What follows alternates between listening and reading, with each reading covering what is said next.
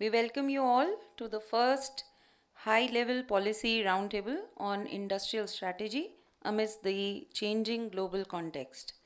We have with us the Honorable Chairperson of the session, Mr. Ajay Shankar. Mr. Ajay Shankar is former Industry Secretary, Government of India, and a distinguished retired IAS officer and has made significant contributions to the field of economics, industry, and trade in India. With a career spanning several decades, he has held various key positions in both government and the private sector. He is also a member of the ISID board. Sir, I hand over the session's proceedings to you. Mr. Shankar.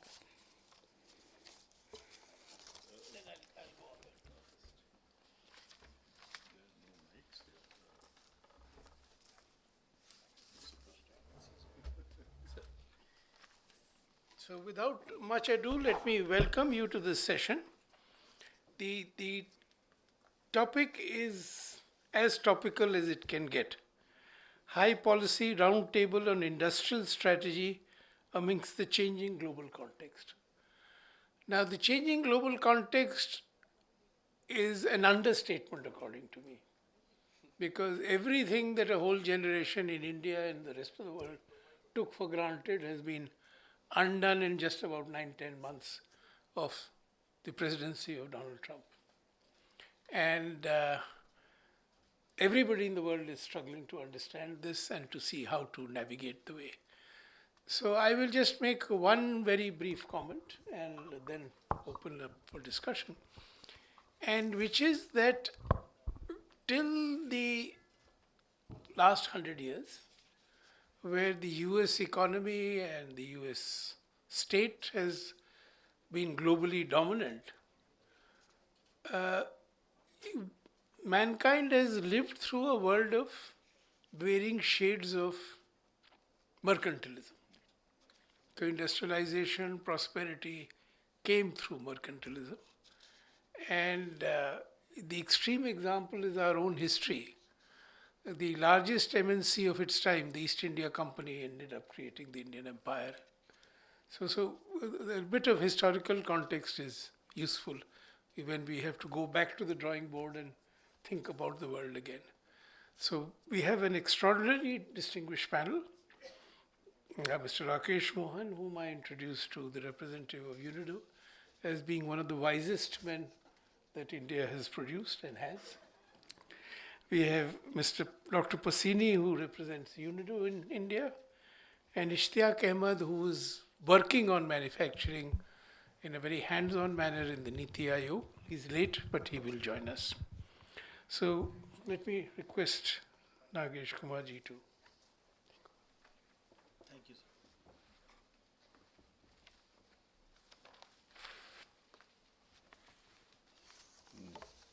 My presentation. Thank you, sir. I have a short presentation, so it should be. Okay.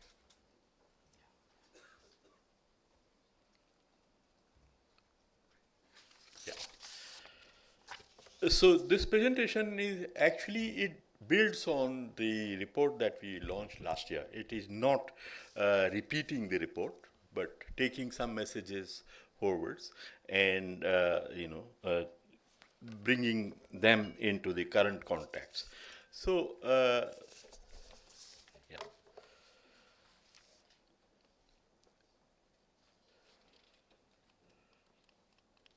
Dhananjay, this doesn't work. This or these. Oh yeah, arrow keys work. So that's fine. Yeah.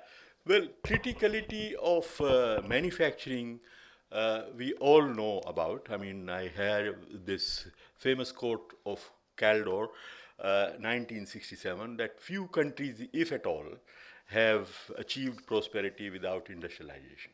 And the evidence across countries, across states, is very clear that any country or state which has done well on manufacturing has also done well in economic development, poverty reduction, etc. And because of the job creating potential and prosperity bringing potential of industry and manufacturing, SDGs, United Nations SDGs, especially gave a very important place to the industry, the SDG 9, for instance. But what is new is the strategic dimension. The manufacturing power is now being treated like a military power. I mean, and it is being weaponized like military power. So that is very changed, very new context, because until recently, in the heydays of hyper globalization, it was kind of, we thought it doesn't matter whether you produce or not produce anything, you have access to everything from everywhere. So, so this is very important. And in that context, prosperity and economic power and all that, the revival of industrial policy in India since 2014, at least in last 10, 11 years, with Make in India and all other reforms which have been taken, and the PLI scheme which was referred to earlier by Mr. Shankar, and the sectoral missions, including the $10 billion semiconductor mission, have to be put in that perspective. And, we seriously trying to build the manufacturing capability. So now, Suman in this morning referred to this fact that manufacturing value added share in total GDP has stagnated. Why it is? The simple answer is that when you have in an economy a sector more dynamic than manufacturing, you will have that consequence. So we have fortunately a services sector which is very dynamic, which is always growing faster than manufacturing, that is bringing the share of, or that is not allowing the share of manufacturing value added in GDP to rise.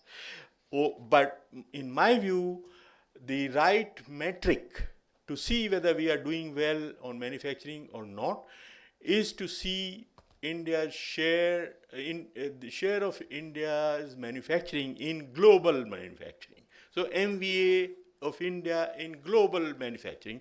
And if you see that, this graph on the right top right, shows that we have consistently been improving our share in global manufacturing value added.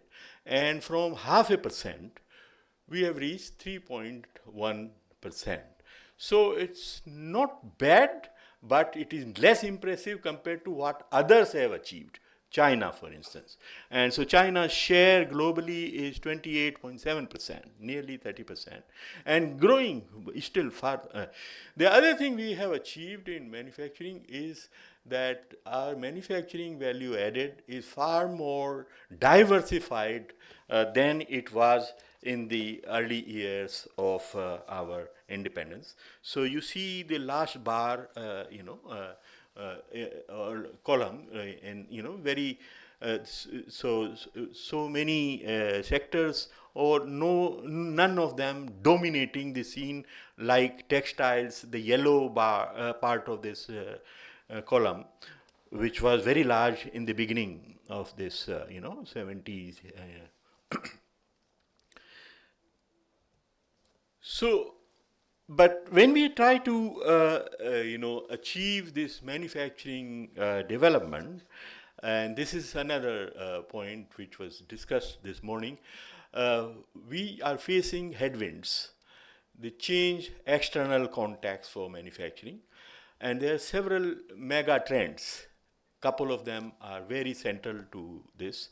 One is this rise of protectionism and globalization, globalization turning into globalization, that is. So in the figure on the top right, you see that average annual growth of FDI and global trade used to be in the average of 20% per year. It has come down to 2 to 4%, if at all, in the recent years. So globalization has become slowbalization. And then there is this restructuring of global supply chains and reshoring, rise of industrial policy in the West. The new Washington consensus, if you Google, is not about liberalization, globalization, and privatization, which Washington consensus used to refer to, is now about industrial policy. So we talk about Trumpian policies of late, but it is not, Trump was not the one who started. Biden administration brought in 2022 three important pieces of legislation: CHIPS Act, Inflation Reduction Act, and the Infrastructure and Jobs Act, which put on the table $1.2 trillion to be given to industry in incentives and subsidies. They also, Biden administration also imposed 100% tariffs on China's imports. And so Trump is taking that trend, very aggressively forward, and with very high reciprocal tariffs. But I think the correct term to use is one-sided tariffs. These are not reciprocal, these are one-sided. He is demanding that you give 0% to me, and I will still impose from 15% to 20 to 30, and India 50%. EU is following the same path, virtually the same industrial policy, and on top of that, they have CBAM, this Common Border Adjustment Mechanism, which is actually a protectionist tool to keep certain imports out. The strategic interventions of the type domestic content requirements, etc., which were part of industrial policy, which were phased out under TRIMS agreement, have been brought back, and so a lot of deployment of them in the Western world. And then the additional handicaps or restrictions we have to face when we try to industrialize as a late industrializer, these net zero commitments, the AI revolution, which is changing the future of work and all that. The other mega trend I want to talk about is very high concentration or domination of global supply chains by one country in the world. So we have shares of the global production capacity in different sectors, and the first column is the traditional conventional industries, second column new green and sunrise industries and critical minerals.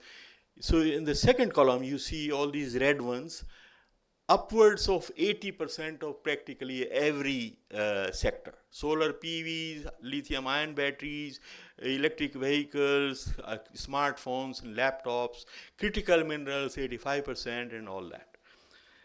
And this domination is being weaponized, is being used to stop others in their tracks.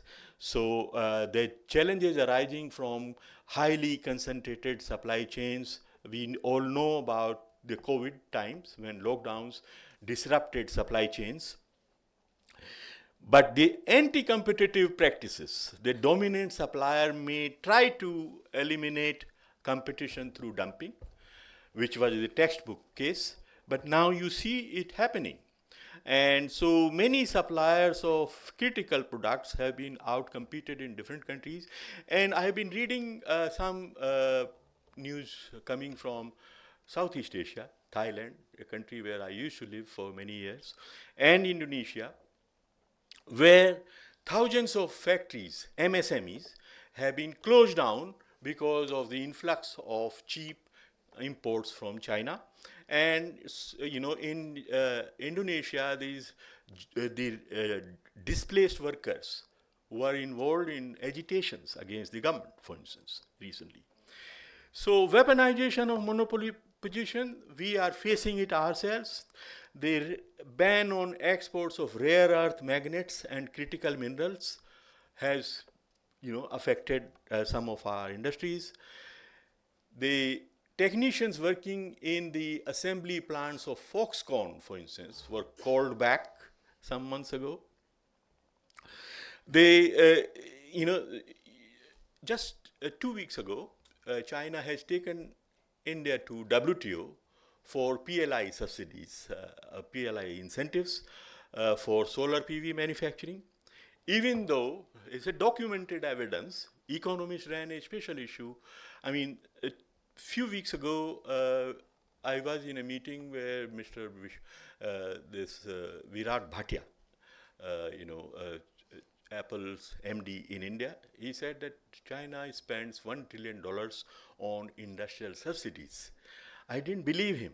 But 1 week later, economists had a special issue on this where they have computed and given the numbers. The 5% of the GDP in China is spent on industrial subsidies.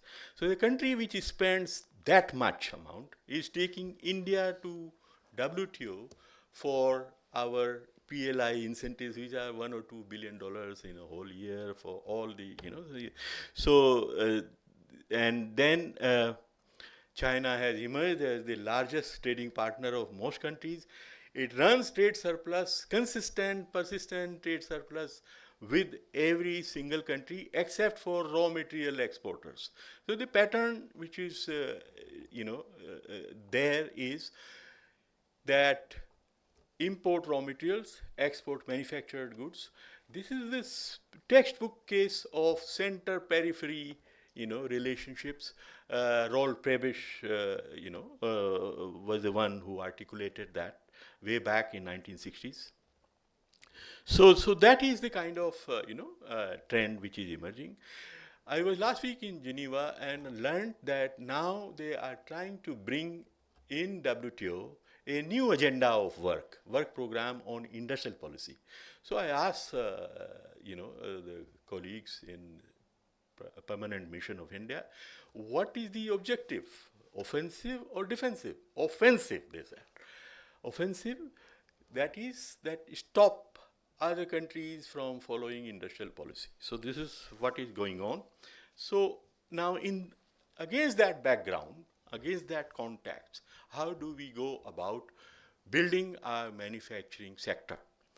So what are our key advantages? So one is our large and fast-growing domestic market, and which gives us opportunities to build world-scale plants. Demographic sweet spot. Rest of the world is graying. We are still having a youthful population. Opportunity to leapfrog because we are late industrializers, so we can build new plants which are more environmentally sustainable. ICT, software and chip design ability, which gives us an advantage, a slight advantage in leveraging the digital revolution, for instance, and the supply chain restructuring. We have heard about China plus one restructuring, but all of that has been upset by now Trump tariffs. I don't know where we are on that, but so these are some of the key advantages. So now, just 5, 6 bullets on what we could be doing, because I know that Rakesh has a commitment he has to leave at 12:30, and we want to listen to him. So I will finish. I'll go over it very quickly maybe in 5 minutes now. So recognizing that large and growing domestic market is India's biggest resource, and the way China used its large domestic market for bartering market access. I mean, it told you have access to my market if you produce here. So something like that we need to do. How we do it? Of course, we can't do it the way China did, but so we are seeking preferential market access through free trade agreements worldwide, everywhere, Peru to Chile to UAE to but why not give preferential access to our own products, to our own market? That you have first access, first preference. So it will also bring FDI if they see that India's market is for its own producers. FDI will also come to produce here. The cheap imports have made huge inroads into India's domestic market, especially for labor-intensive goods. we have been doing a project on labor-intensive industries. Some of my colleagues sitting here are involved in that, sector by sector, and we were looking at just four. So everywhere there is a huge proportion of local demand that is met by cheap Chinese imports. 20% of shoes, India's total 20% of shoe requirement or shoe market is coming from China. The cheap imitation jewelry, nearly 100% from China. So virtually any mall you go to, you see stacks full of made in China goods. Where are India made goods? And these are products which were made by MSMEs or could be made by MSMEs. So opportunity cost for jobs is enormous. So one thing we are finding is that these imports, the channel or the way they are coming to India are through organized retail. So organized retailers need to be possibly, this is one thought, having studied the performance requirements globally in my time when I was working on FDI, is that asking these retailers that, okay, you import as much as you want, but at as much you import, you have to export from India and buy that from MSMEs. Mr. Shankar mentioned earlier that when organized retailer was opened, that we expected that 30% will be bought from MSMEs. So that supply chain needs to be, value chain needs to be developed. The vendor base has to be developed among MSMEs by the organized retailers. And this is something, it is not in contravention of any WTO agreements. TRIMS agreement applies to trade in goods, not to trade in services. And so I have studied this carefully, that are we breaking any law if we do that? No, none. Labeling requirements are there. India has labeling requirements to declare the origin, where it is coming from. But there is no standardization. So we say that underneath the label, the brand M&S, you say made in where? India, China, wherever. And this use the color coding, red for imports, green for locally produced. So that will at least raise the awareness among the consumers what you are buying. You are buying a domestic product or an imported product. So that is a very small administrative circular that all can do the trick. Then there are certain types of para tariffs. If you don't want to use the tariffs, but some para tariffs could be used to raise the price of the imports. Voluntary export, I mean, these are things which Western world used when Japan was becoming a problem for them. Voluntary export restraints, they negotiated with Japan that you will not export more than this to us. Something like that. Port restrictions, India has used them sometimes, that imports from certain countries will only come to one port and not to others, and there you block it somehow or make it slow. And standards, etc., could also be. So all kinds of non-derivative, there is a whole variety of things one can do. Then trade and GVC participation. We have moved in terms of our share of global exports from 0.5% to 1.8. It might appear to be reasonable, but compared to what others have achieved, it is, minuscule. And so what China has done, for instance. So the problem is that the geography of trade, there is a growing divergence, that east side is emerging as a major source of imports. West is our major market. But the FTA strategy of India, we have concluded, or we have gone, in preference of giving FTAs with the sources of imports rather than sources of exports. Only now we have concluded an FTA with UK, now we have expedited one with EU. US is, of course, at this moment, no one knows what one can do about. So leveraging FTAs effectively, and Japan and Korea in particular, I think Rakesh, you were involved in some of them. You chaired from Indian side, I was part of it. We had this hope that this will bring lot of investments to India from Japan for exporting back. It hasn't happened except for one or two sectors, especially in labor intensive industries. For instance, Japan imports $25 billion worth of garments every year and hardly anything from India. $100 million, is a pathetic. And so they import from China, not from India. And so why we are not able to do that despite having a functional FTA? So these are some of the issues we need to look at. And exchange rate issue already chair has raised in the beginning, in the morning, and so that was also one point. The FDI and Manufacture Act. So, we have undertaken a lot of reforms, and we believe that improved attractiveness to FDI inflows has happened. When World Bank was measuring this ease of doing business index, now they have abundant. Our rank moved up and all that. And there is evidence in Harvard Business Review that Indian subsidiaries of MNCs are doing better than their parents consistently. And in our report also we did some further work on that. Yet we are an underperformer, and proactive FDI targeting is needed. I think just producing good brochures is not helping. This Invest India or whichever agency, they produce good brochures, which is fine. But that is only one of the starting point. We need to knock the doors of these investors.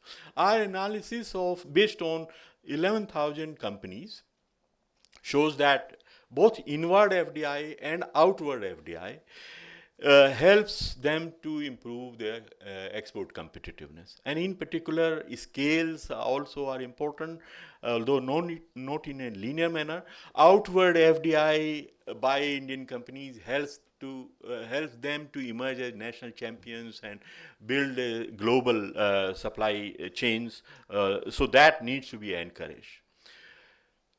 Augmenting industrial R&D is most critical need of the hour, and Rakesh recently in CII discussion raised this to industry people, why you are not doing, and this is something which is beyond our understanding or any region, why we are not doing this for ourselves when 1700 GCCs of multinational companies have been set up to take advantage of the skills and national innovation system that exists in the country.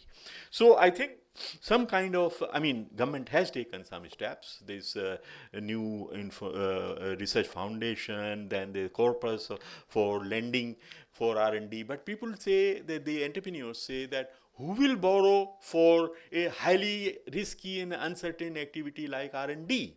So in the past, we had the weighted deductions for R&D. Perhaps it's time to go back to them in addition to what has been done. And a second tier utility model kind of patent system for incremental innovations could also be helpful. Then MSMEs and startups, which form the backbone of Indian economy, I think there are a lot of things which are being done. Spreading the knowledge is one thing, and strengthening the venture capital financing ecosystem, and also a national development bank for term lending to medium scale companies, because larger ones, Rakesh, we discussed this once. For larger ones, the sky is the limit. They can raise capital from anywhere.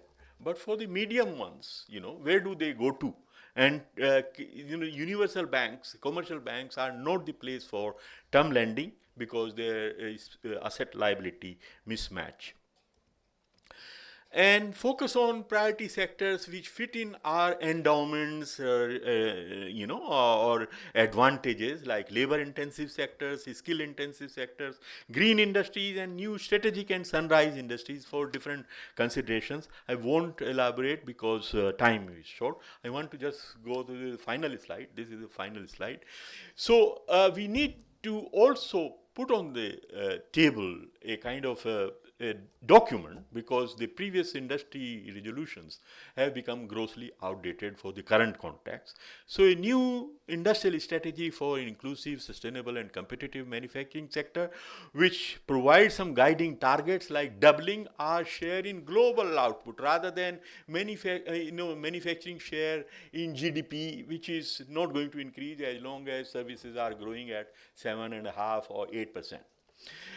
Broad principles such as primacy of localization. We haven't said it anywhere that we prefer localization of jobs, local value addition, entrepreneurship, and locally anchored technological capabilities in a WTO consistent manner. We can't, of course, say it, just so we have to find a nice language, and the sectors which will focus on the investment promotion principles, what kind of incentives or tax breaks.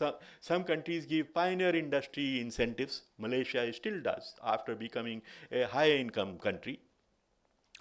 How do we leverage FDI and MNCs and outward FDI? How do we encourage innovative activity and say how critical it is? And trade negotiations to obtain market access and create policy space. Efficient industrial infrastructure, logistics, Gati Shakti, all of them are very important.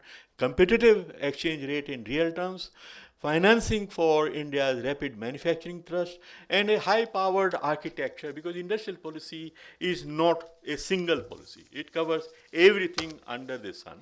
And so you need a strong, high-powered coordinating coordination institutional setup, which can talk to different, line ministries and institutions. So the whole of government approach, which is needed for fostering industrialization. I stop here. Thank you. Thank you, and may I request you to.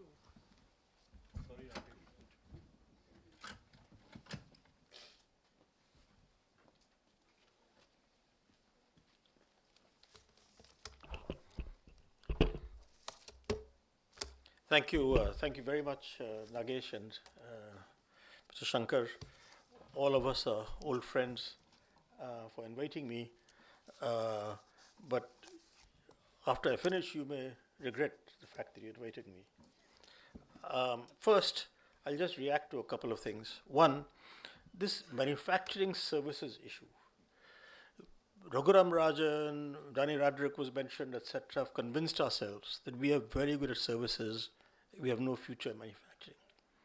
This is completely and utterly wrong. Yeah, absolutely. Okay? One, in terms of share, Nagesh, the share of services in China's GDP is marginally higher than ours. Okay? Their IT exports are higher than ours. So, for India to say, no, we're not doing manufacturing but services was plain wrong. Okay. Same thing to do with employment. The difference is that we have not done adequate structural transformation of people moving out of agriculture. That is the difference. And we better face it. And it's to do with industrialization. So I think unless this is said loud and clear, that China has greater share of value added and employment in services than we do, we will never figure this out. Okay? We'll keep convincing ourselves that we are a services nation unlike China, which is not correct. Just factually wrong. Yeah. Two, this business of labor intensive. Okay, shirt I'm wearing, 4,000 rupees. Brand Raymond, vertically integrated brand. That is marketing, manufacturing, everything is integrated. I bought it because I thought it was an Indian shirt. It's only when I saw that label at home that it was made in China. Now please tell me, Why cannot India make a 4,000 rupee shirt? It's not cheap. It's not a cheap import. Imported by own manufacturer. So I don't agree with a lot of things you said on cheap imports, etc. This is our company, old company, like more than 100-year-old. Ajay is more than 100 years old. Yeah. So there's something wrong. And unless I think the research that we do must try and understand what is at the root. Ajay, you said we have to look at the causes of the disadvantages, right? And not give subsidies. I think that is what is important in the research. We must find out what is wrong. And increasing scale is the key. We keep on saying MSME. I think Professor Panagaria has said this 100 times actually, because he's done more research on this than I have. And you look at the charts that he gives in terms of comparative sizes of our firms and Chinese firms. Okay? And that is the key. We keep on saying MSME, policy for MSME. So I'm sorry, but he was much later. He became Ministry Secretary much later than I was there. But this is what I keep saying. So much for my rant. Okay, I just want to give some remarks on just concepts of industrial policy. Yes, an exchange rate. I'm so glad Suman Berry brought it up. You brought it up. Real exchange rate is really the key. And again, since I managed it for 7 years, 2002, 2009, I can say with confidence it can be managed. Yes, I agree that it is more difficult now than it used to be, but it can be managed. And RBI staff know how to manage it. Maybe they've forgotten by now. So let me just give a few remarks now. One, that a little short background Indian industrial policy. Until the Indian industrial policy has sort of always been to do with regulation and licensing. And 1948, 1956, 1969, also 1991 were all to do either increasing regulation. 91 we decreased deregulation. And in fact, the first time I met Nagesh was in 93, 94, when both of us were for about a year at the UN Institute of New Technology, United Nations University Institute of New Technology, UN INTEC in Maastricht.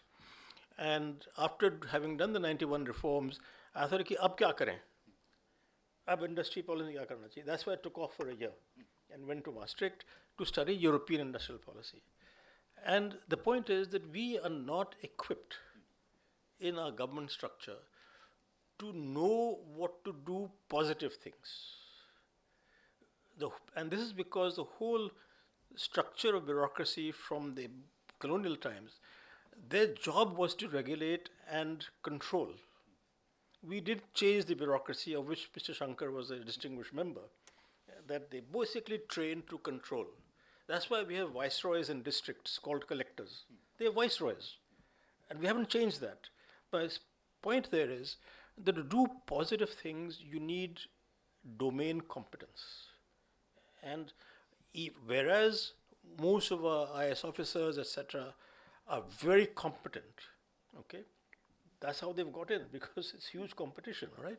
But they're not allowed to have domain competence. It's not their fault.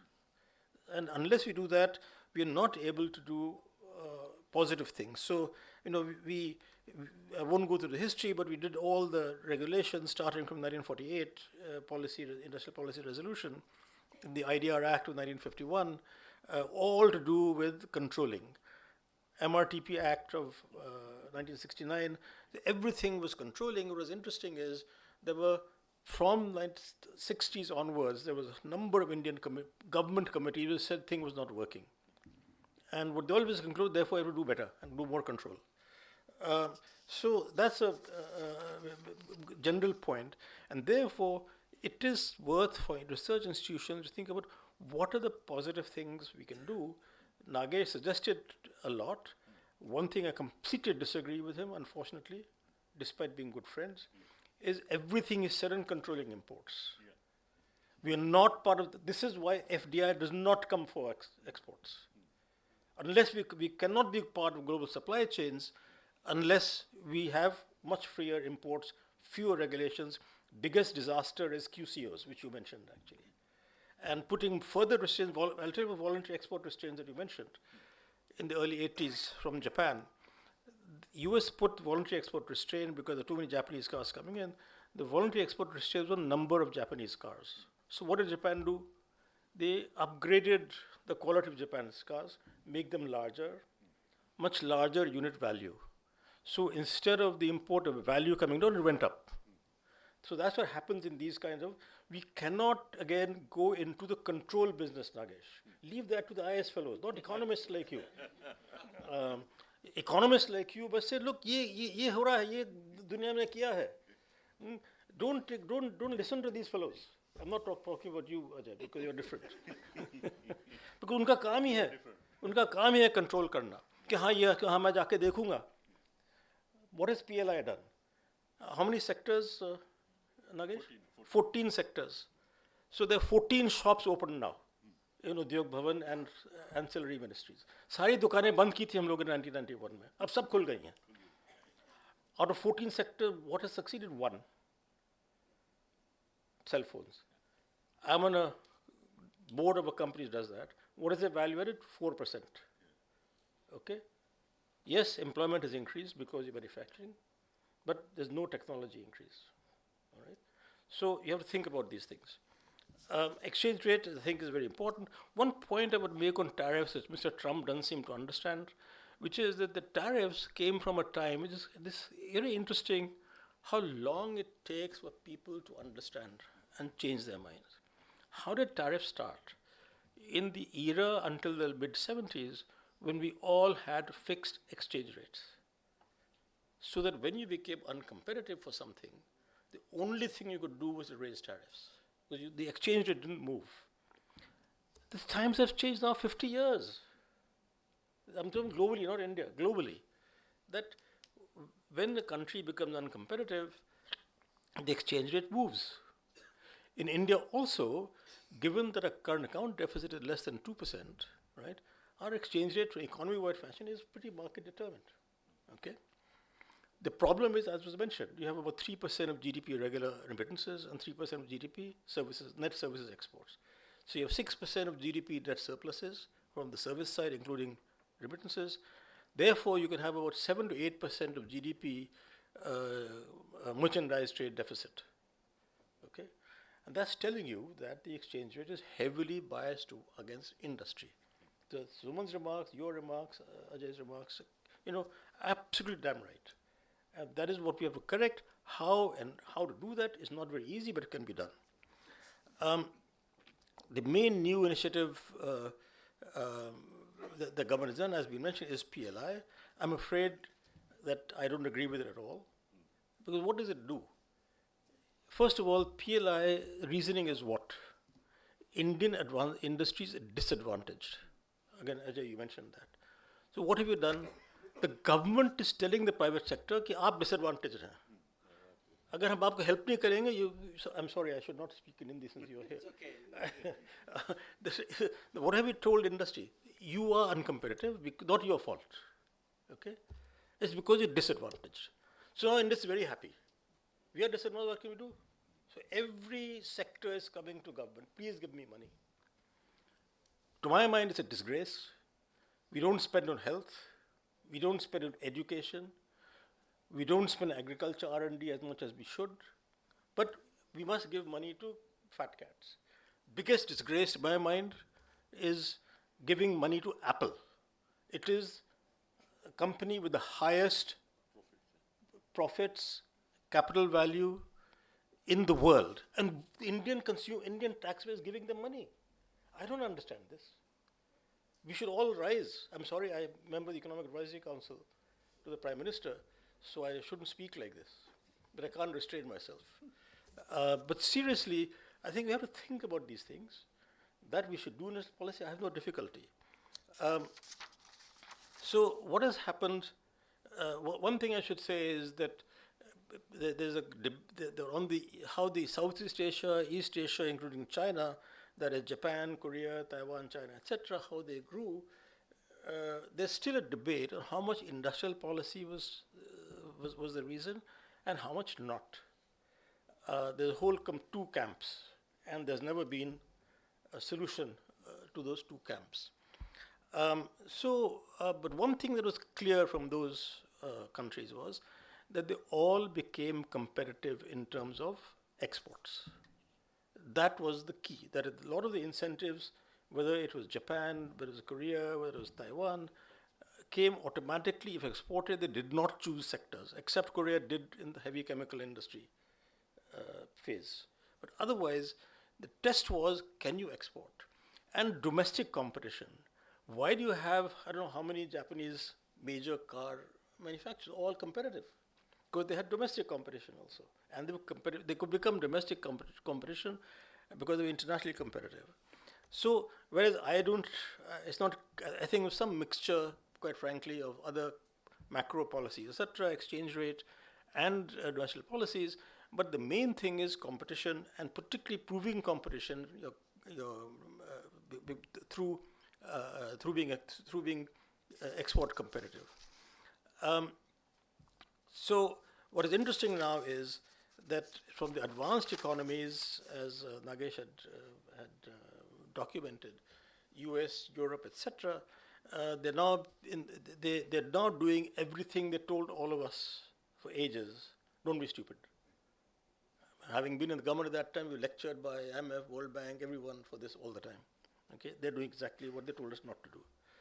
Now, one thing I should say is that, particularly in the U.S., a lot of the argument has arisen from and this is how it's important for us, because how bad research can make very, very, very, very bad policy.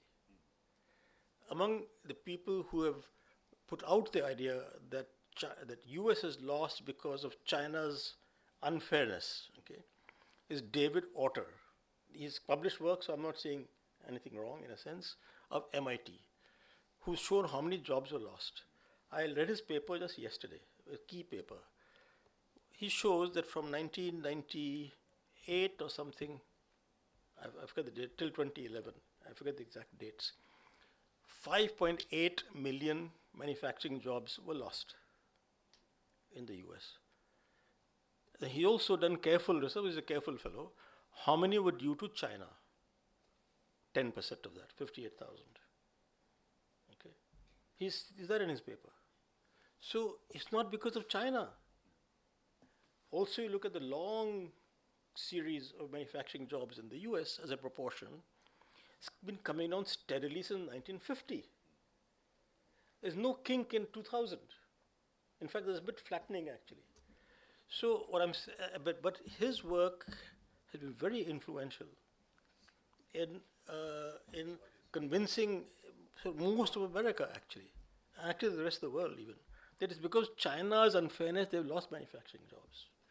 He doesn't say at all, right, how many service sector jobs were gained because of huge imports, retailing, car dealers, car repairers. I mean, you can name hundreds of things, accountants, everyone involved in trade. He doesn't mention how many service sector jobs were right. Second, he doesn't mention that US unemployment has been low at 4 to 5% for the last 25 years, which is unknown in history. He doesn't mention that US per capita income in the last 25 years has gone up much more than any other country. You know, the ratio of US per capita income in Japan was about little less than 1. That is, Japan had higher per capita income in 2000. Now it's the US is more than double. And the same kind of similar, not same, not as bad ratios to almost all. So what I'm saying is that researchers, economists' job, a serious job, is to tell the truth and be careful in how you write stuff, because people just draw the wrong conclusions from. I mean, I really feel that how can US say we have been victimized by the rest of the world, so they've been unfair to us, so we must now retaliate. Okay, this is not just Trump; it's generally Biden also, as you're saying, right? If your per capita has been rising much more than others, how have you lost? Okay, so I'm saying this is very important to tell the truth. Now, in terms of some of the U.S. acts that you mentioned, the CHIPS Act, the Inflation Reduction Act, the Infrastructure Investment Jobs Act, etc. A lot of I'm not defending them, but a lot of the subsidies were for R&D, for training, some tax incentives, but there was not very little in terms of portion of state subsidies. So, what should India's international policy be? I'll conclude in a few minutes, couple of minutes. It should not be picking winners. Okay, you have 14 sectors in PLI. One has succeeded. Now you can say, well, we didn't pick winners. We had 14, so jo nikala acha hai. But how much money are you spending? Okay, what impact are you having on the mindset of industry? I would like private sector to say, कि हम कर सकते हैं. We can do. What is wrong with us? Nothing wrong with us. We can be competitive. We are smart. There are 1,800 GCC center, whatever number you say. Therefore, what is up? There's no problem. And instead, we are telling them, no, you can't be competitive unless I give you money. So this is very important in terms of what you do to people's mindsets through policy. There's no, in the PLI, there's no incentive for higher productivity. Okay, none. There's no R&D conditions imposed, which I believe I would be very much for PLI. If you said I'll give you this, but so much you must spend on R&D, or technology development, or skill development, etc. I think that'll be terrific. And so it must be geared. Any industrial policy must be geared to increasing productivity and exports. This is also the biggest puzzle, which was mentioned by Suman also, that after 1991, biggest focus was in industry policy. And as has been said, biggest disappointment has been manufacturing value add has not grown. So I don't quite understand. Now, one thing is, Nagesh also mentioned, no increment in R&D proportion over GDP from the private sector. We had thought that because there was no competition earlier, there was no incentive for them to R&D. That was removed, but still it made no difference. Labor-intensive sectors have not done well. I think it's a lot to do with the exchange rate, but it's still something worth discussing. And it's very interesting that, when we talk about industrial policy these days, we talk about high-tech sectors, okay? And you mentioned all of them. Very little to do with what we can do for labor-intensive industries. What's the problem? Look at wages, okay? Our average wage is about 15 to 20,000 rupees a month, manufacturing sector for workers. China is about 9 to 10 lakhs a month. No, sorry, 9 to 12, about a lakh a month or more. Bangladesh, but similar, 10,000 to 20,000. Vietnam, more than 25,000 rupees. Thailand, more than 40,000. Indonesia is similar to us, 17 to 20. So my point is that, look, we are the lowest wage country. And within this, we can't compete in making shirts. Why? You've got to ask that. Researchers have to ask that question. Where is the problem? It is true, what again Ajay said, that we had handicapped ourselves by small-scale reservations, and they didn't go to about 2010, finally. Okay? Many of us, I was a member of the Abid Hussain Small-Scale Industry Committee. Mid-90s we recommended removal of small-scale reservations. Yes, that's a big issue. The question is, why haven't people jumped after that? It's a good question. I don't know the answer to that. Finally, let me just end that the government's policies, we want to do FTAs, also Nagesh mentioned, with Western countries, because they are where the markets is. But face the facts. US will continue to have about 2% growth next 20 years. Europe will have 0. So your market is not growing there. Okay? You'll have to displace others. Where is the market going to grow next 20 years? ASEAN plus 3 plus South Asia. 4 billion people. Even if they grow at 4% a year, they're going to buy many more shirts, many more shoes, a lot more furniture, a lot more everything that you can see in this room, you can see in any home, you can see in Walmart. But we just refuse to concentrate on Asia. That's where the market is. China. People talk about the exports. How much do they import? 2.4 trillion. 2.4 trillion. How much do we export to them? About a billion? No, I forget how much it is. I also looked at our ranking. We are number 31 in the exports to China among countries, which is the country above us, a huge country called Ireland. Why can't we export more than Ireland to China? This is the research we need to do. and concentrate what can we do, look at what do they import, ASEAN, China, etc. What, what are we not exporting? What is the problem? Why we're not exporting? Do they have NTBs or whatever against us, especially, which I doubt. But they may, I don't know, I haven't looked at it. But this is research we need to do. Because that's where the market, next 20 years, 2/3 of global growth will come from the region that I've mentioned. But we are looking at, because, because we've been colonials, we are still looking at the colonists. It's a huge demand out there, which is also, I say, that we have not missed the bus on labor-intensive manufactured exports. So industrial policy should concentrate on greater competitiveness, R&D, technical development, labor-intensive sectors, and based on export success, and concentrate on doing, we should not have exited RCEP. We should reconsider. Of course, we need to do safeguards, whatever we have to do. We've got to do that. And we have to think of CPTPP. If UK is joining, it's not nowhere near the Pacific, but they're joining this, they have joined the CPTPP. We've not even applied.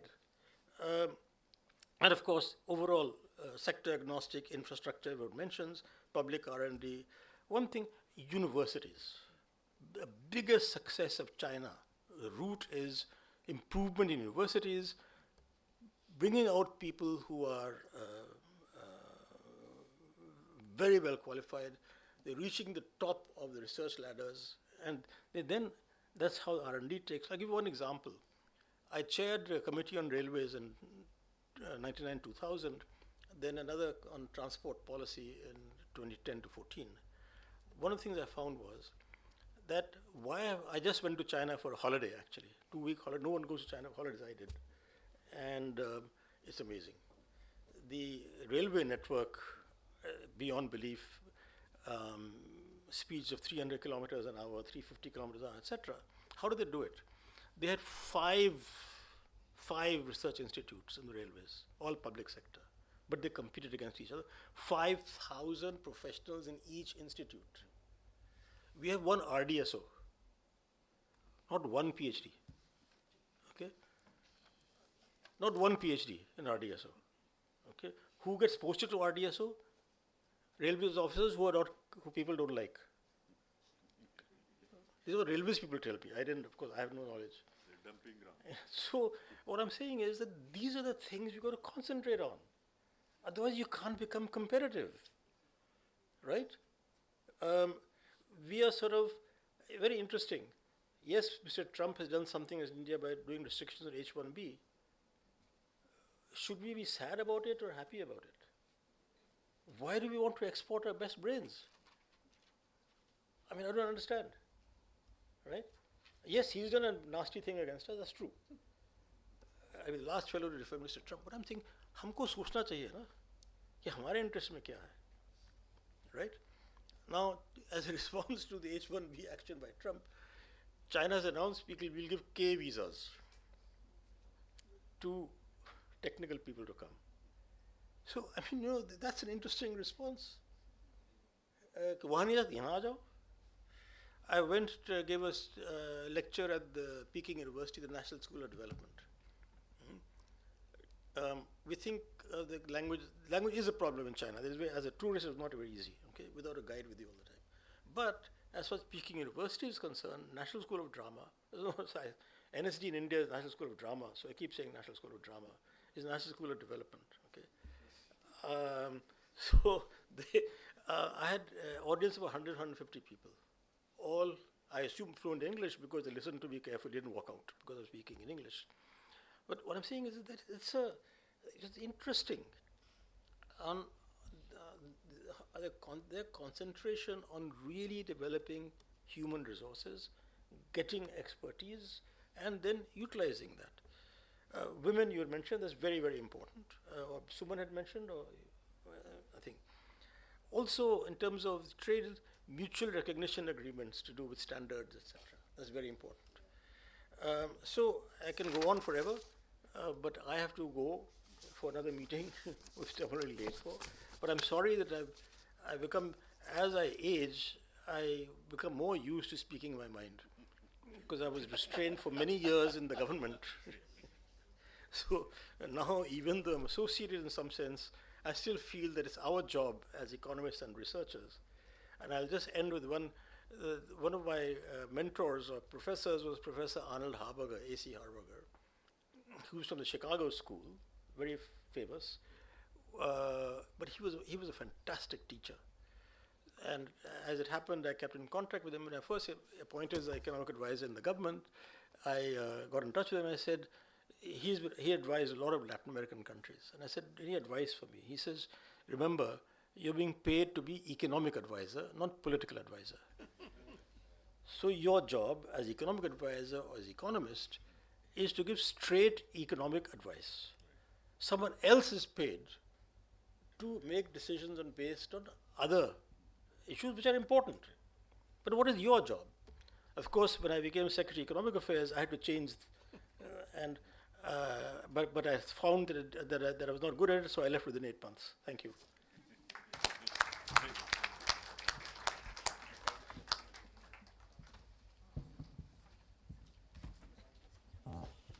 Thank you very, very much. And I have very high expectations from you, but you are in good form today. So, yeah, yes, sir. So, I'll. Yeah, yeah. Thank you so much.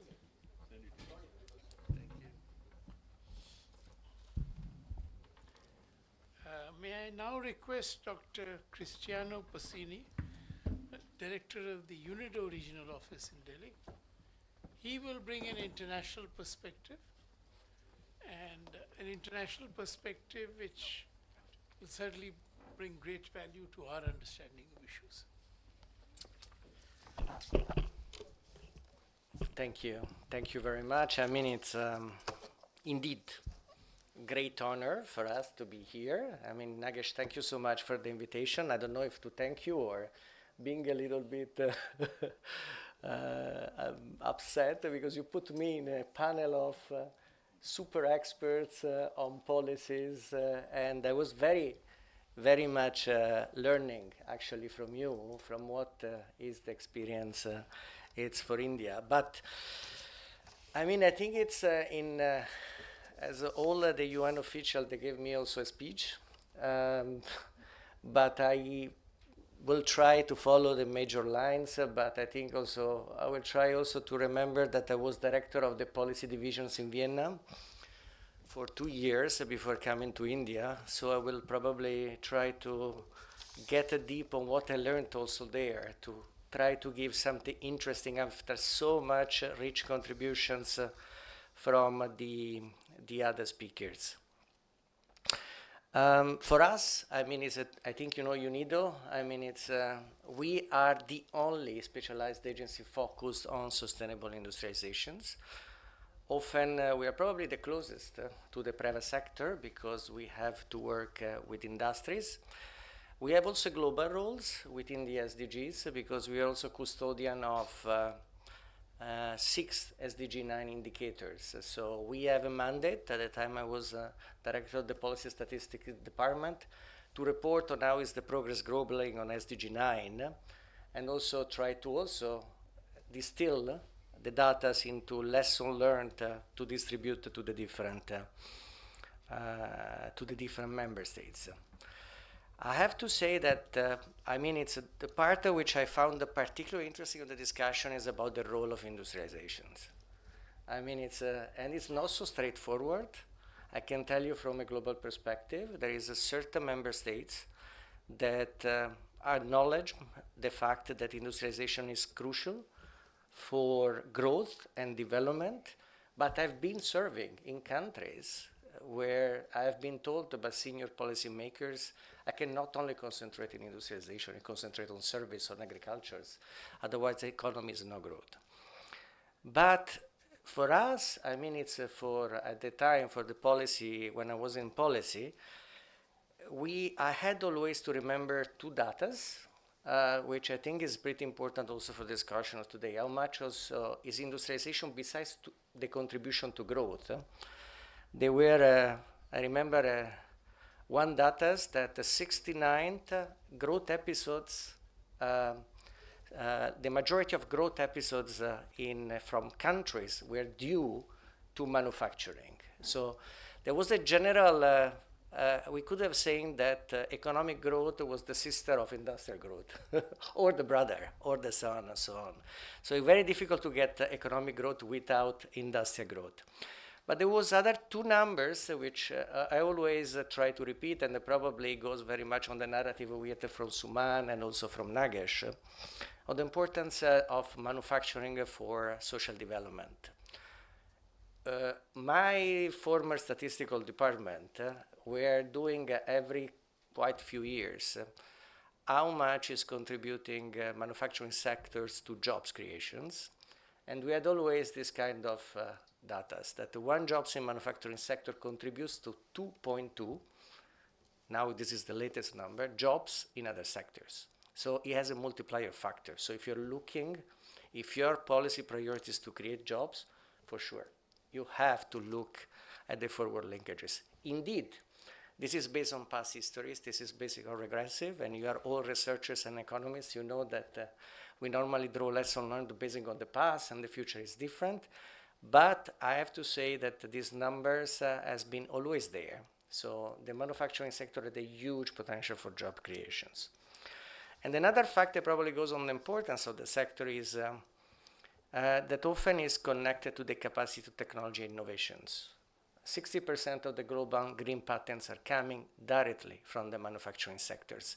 R&D investment is indeed very important. It's an easy way for obviously push innovations, but the majority of the innovation is coming directly from the manufacturing companies. I mean, you mentioned Apple, but you can mention many other things. So overall, if you're looking for a solution on the technological side, if you're looking for a solution for a job, you cannot but look to the manufacturing sector. But indeed, and that we have heard today, the manufacturing sector is changing dramatically. But let's say that if we look at the past 20 years, the megatrends, at least from the UNIDO perspective, have never changed. They will remain the same, some accelerated, some decelerated, but overall they remain more or less the guiding lights, at least for us at the time when we were looking at industrial development and industrial policies.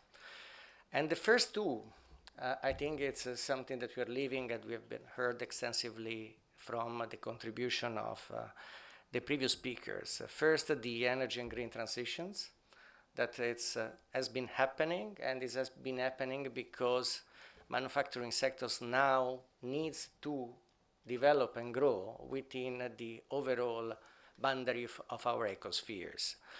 And there is a lot of, if you asked me this question 1 year ago, how much this trend was accelerated, I was saying very much so. And then after Mr. T or Mr. Trump, I think it's going a little bit to slow down.